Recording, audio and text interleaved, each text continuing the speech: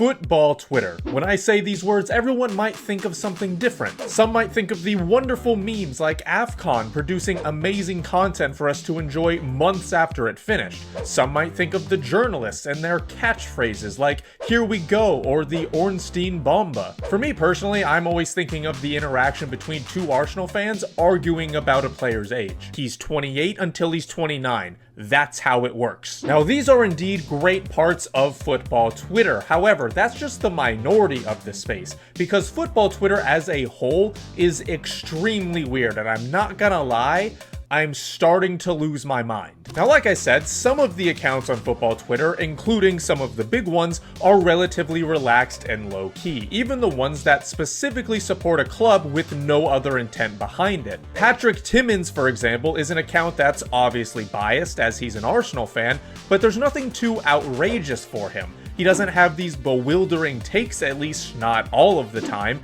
and he doesn't leave himself open to trolling, at least all of the time. You have other accounts like United Trey that are similar in their biases, but can still provide top-tier entertainment. Seeing as how he's the world's greatest jinx, there is literally an account dedicated to his jinxes, and at the same time he's a United fan, which in general is just hilarious in of itself. So what exactly is the problem then? What has led to me creating this video? Basically, it was this: the very in-depth coverage of Lamine Yamal's potential breakup with his girlfriend because it's rumored that the girlfriend cheated. Now, ordinarily, this would not be too big of a deal. We've seen controversies like this before. John Terry, for example, or Maxi Lopez and Mauro Icardi. The difference in this case, one that cannot be overlooked whatsoever, is the fact that he is only 17. By definition, he is a child in Spain. He is a minor. Why the hell are people so invested in a literal child's relationship status? And before anyone says, oh, that just comes with the territory, he's a footballer, he's gotta deal with it.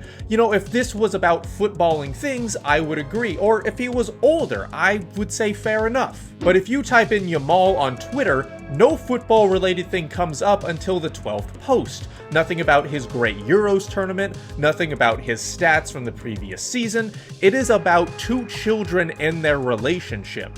That is very weird from football Twitter. As I said, that was just the breaking point, the straw that broke the camel's back. Over the last few months, I've actually been saving a few of the more outrageous things that I've seen from football Twitter, and I wanted to categorize them. So first, let's start with the lowest of the low. I'm talking people who have some sort of hatred in their body. Typically, it comes out against women or minorities, basically anyone who's not a straight white guy. These are the scumbums of football Twitter. One example I saw is a guy who was very hurt that a woman was on the cover of the new FC 25 game.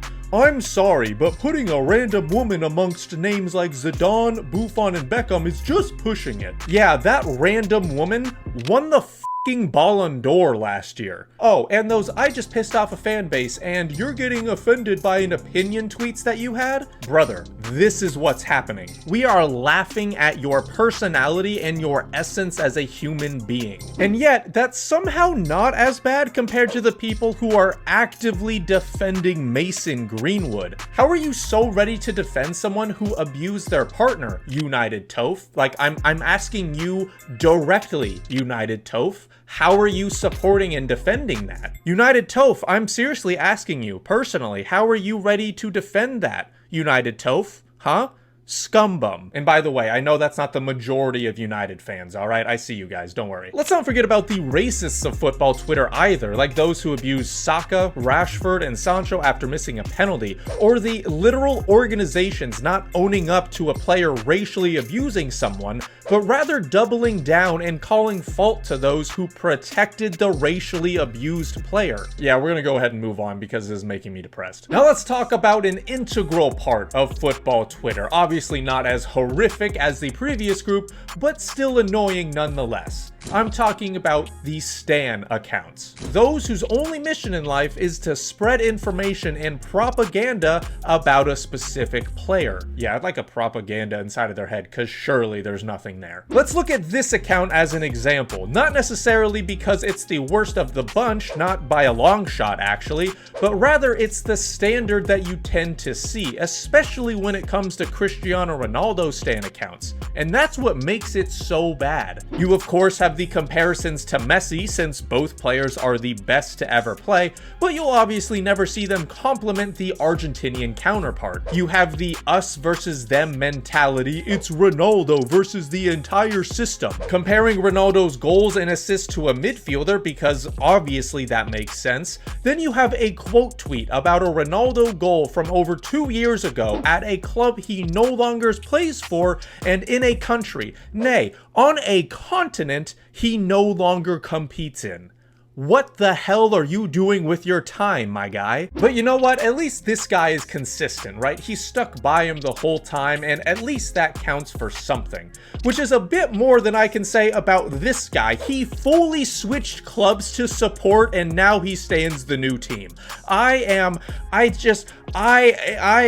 confused at the xenophobic Neanderthal comment. I don't really understand that. Now, what about the largest part of football Twitter? I'm talking the attention seekers, the trolls, the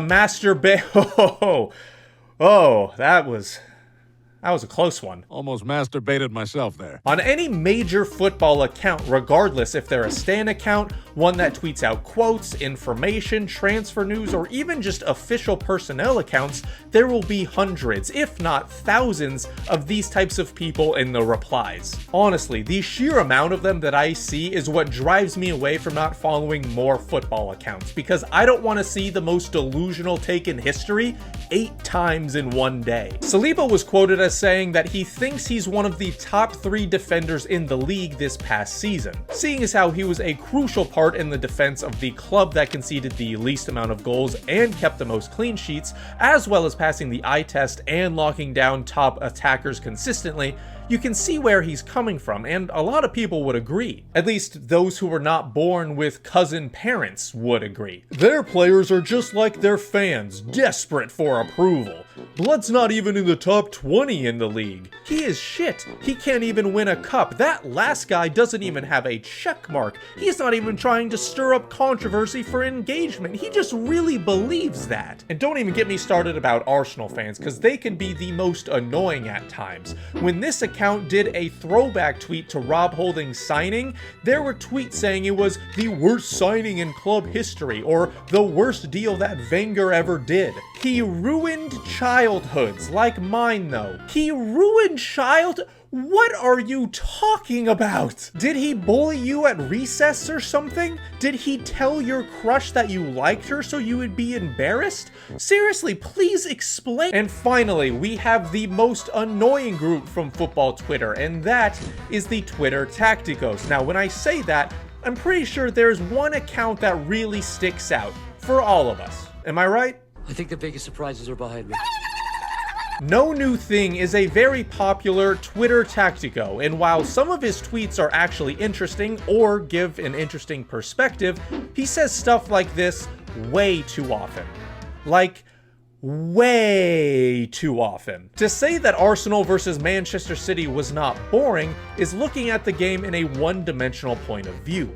Now, of course, some people can have their preferences for what they like and why they watch the sport in general, but to only look at one side while others can appreciate both the tactical and genuine sporting side seems incredibly short-sighted, especially coming from someone who says they are transcending the game and whatever the hell this means. Now, this account is someone who's not necessarily wrong all of the time, and they're certainly not an awful person like these scumbums presented before him. But my god, this guy is just exhausting. I mean, if he enjoys it, fair enough, but sometimes it can be a little much. This guy, though, he can definitely be a lot much. Arguably too much at times, and honestly, maybe not even arguably. This is Twitter, my guy. Let's take a step back and reevaluate, huh? Now look, at the end of the day, it's important to remember a few things. 1, that block and mute button is there for every Twitter user. You should absolutely use it. 2, I'd stay away from the For You page. That's where 99% of this malarkey came from, because 99% of it is just to increase engagement. 3, someone making a 23 tweet thread about a player's preseason performance, while a bit odd, is obviously not as bad as someone spewing hateful rhetoric. 4, I'm clearly the smartest person on football Twitter, or just the smartest person in general talking about football. So when I say that Burnley will win the Premier League this year, you should place a bet on it. But Dagnal, they're in the championship. They literally can't win. Yeah, that's what the entire system wants you to think, so you're not fit to analyze the game. You're literally a random.